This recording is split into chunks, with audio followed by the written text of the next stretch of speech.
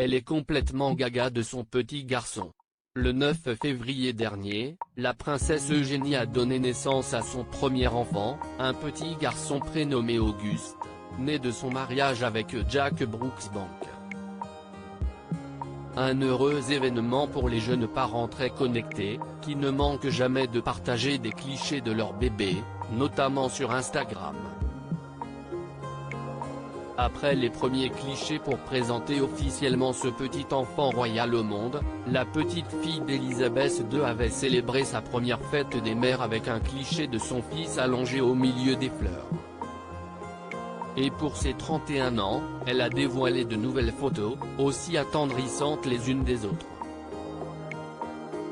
Pour remercier les délicates attentions qu'elle a reçues pour son anniversaire le 23 mars dernier, la princesse Eugénie a dévoilé 2 photos de son petit Auguste. Sur la première, on la voit tenant son petit garçon blotti contre elle, coiffé d'un petit bonnet et habillé d'un gilet floqué de son prénom tandis que la jeune maman rit avec son mari Jack Brooksbank. Sur le deuxième, le heureux papa tient son fils adoré dans les bras tandis que ce dernier regarde l'objectif. Merci pour tout cet amour pour mon anniversaire. J'ai eu le meilleur cadeau que l'on puisse demander, a-t-elle ainsi écrit en légende, en faisant référence à son mari, mais surtout à son petit garçon, prénommé en hommage au prince Philippe.